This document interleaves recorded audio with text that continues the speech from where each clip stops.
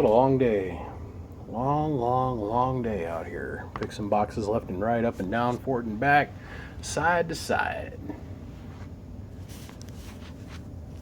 My buddy Dennis, who hangs out with me on Pal Talk every day, he come and he helped me down on Pal Talk after he sent me these boxes, and he wanted me just to hook them up and check them out. This little tri-power here that we're going to talk about today was built 2 years after I was born. So 2 years ago, or 2 years after I was born, somebody someplace put this box together because he bought it brand new in the box. Because they built it and they sent it to me. I put it in my 1976 truck, which happened to be the year I was born, by the way. And he had this mounted behind the seat of his truck. I took it out of the truck and he put it in storage for 30 years. He's deciding he's going to get back into the hobby, and he sent it up to me. Now the reason he sent it to me, he says, "Oh man, the thing always worked fine. Sideband switch never worked right. And when you had it on high, everybody told me I sounded really fuzzy. When you had it on medium, it wasn't so bad. When you had it on low, it sounded all right. All right, we'll run with that." So I pulled it out of the box he sent it up into me, or sent it up here in, and I cleaned the contacts on low, medium, and high, and I re-oiled the little pressure ball bearing that's back in there.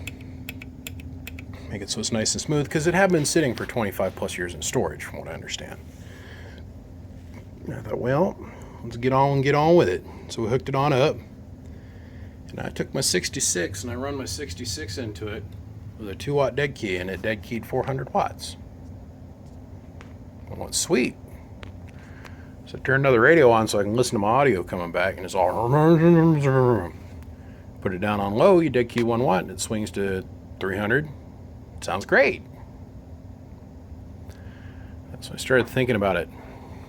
Now I'm going to show you guys the most rare of the rare species when it comes to transistors. It's the MRF 454 dual orange dot transistor.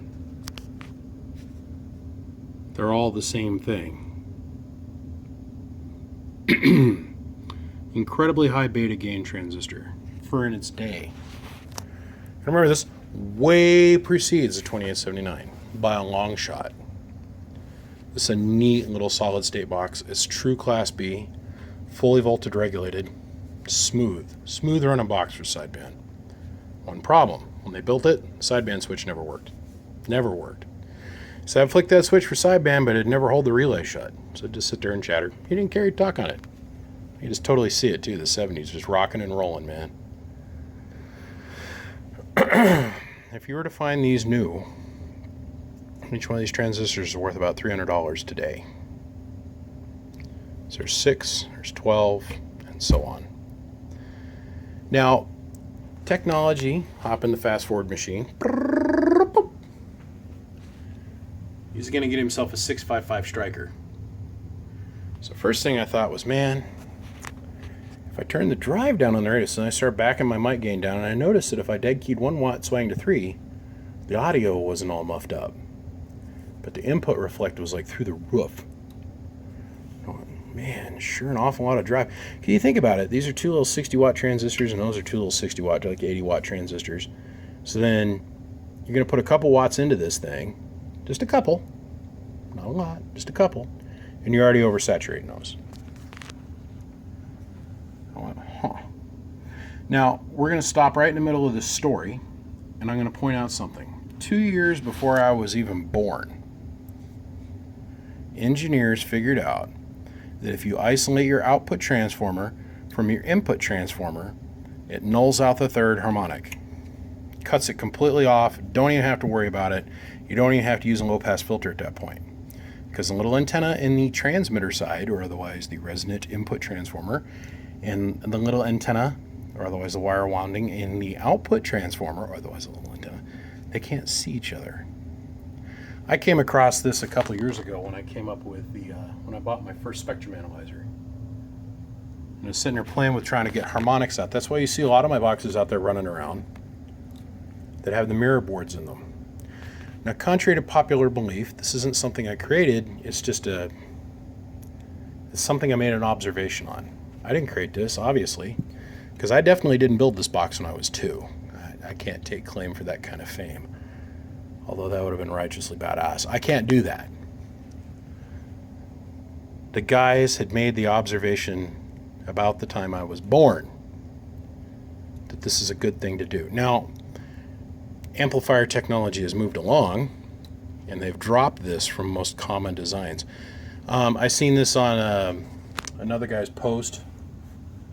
They were trying to run me down on another box I built. Let's see, what was it? Telstar? The guy that runs Telstar. They were trying to talk smack about another box that I was demoing for another guy. I had done no work to it, just pulled it out of the box, hooked it up to the bench, and since then has already sold.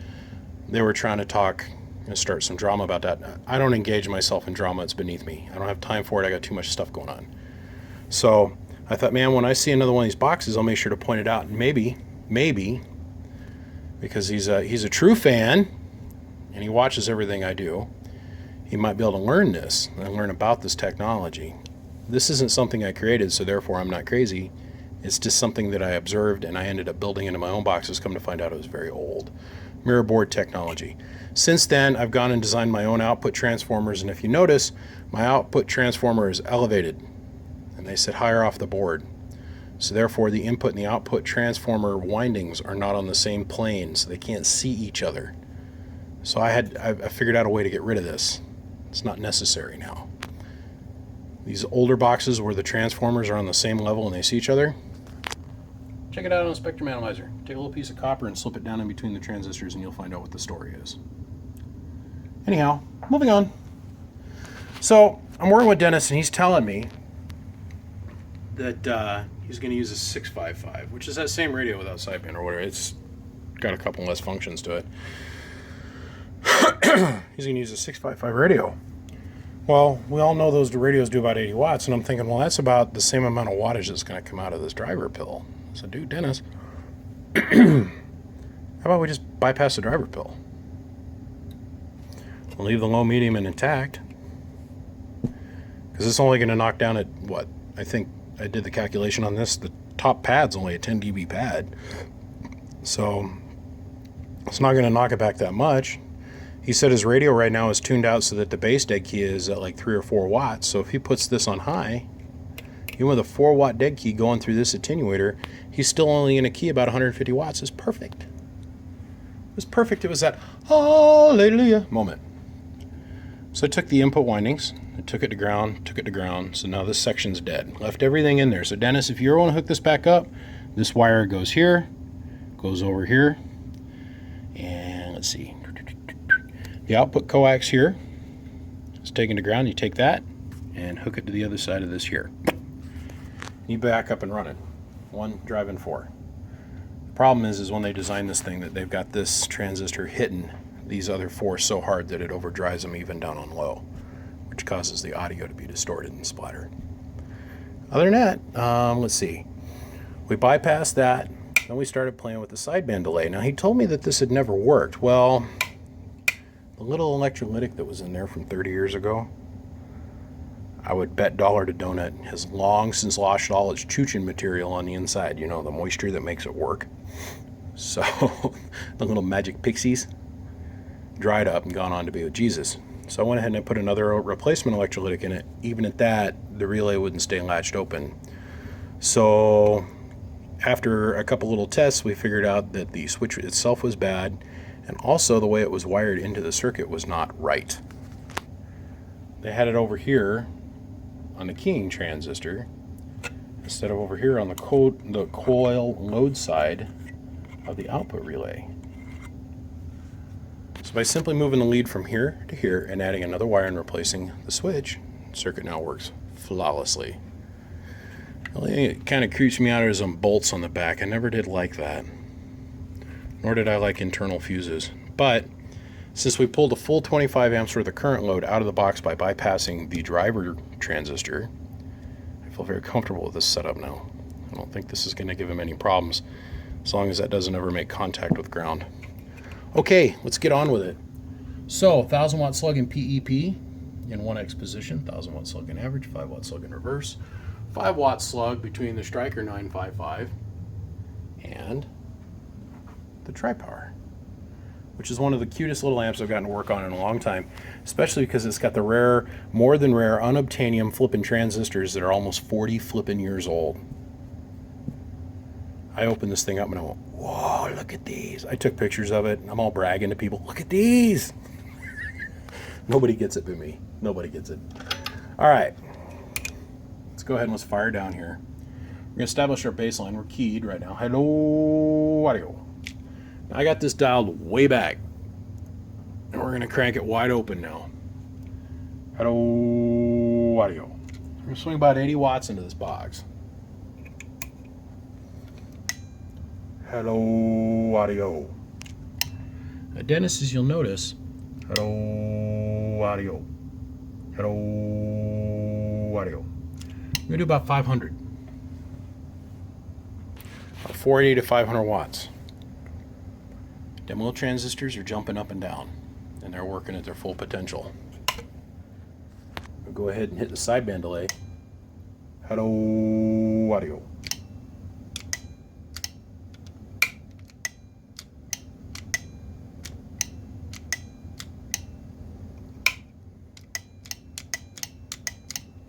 Working flawlessly.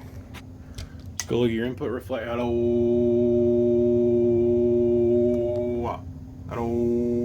BBI. Hello, BBI. Hello, BBI. Just underneath a watt, fully saturated. That's on high. We're going to drop down to medium. Now, wait a minute. Dennis did tell us that he's going to run about a 4 or 5 watt carrier. Let's go ahead and create that solution for him. So we're looking at this far left-hand scale. It's a 5 watt slug reading forward. Got dead key in 4.5 watts.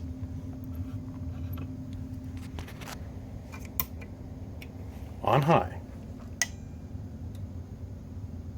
We're dead key in 200 now with a 4 watt dead carrier. Hello, audio. Swinging to 400 and some change. I'm going to go to medium with a 4 watt dead key. Hello, audio. Swing into 375, almost 400. Hello, audio. From a standing carrier of 20 watts. And low, 4 watt dead key. Just, I'd say about 1.5 watts. Let's take a look at it over here.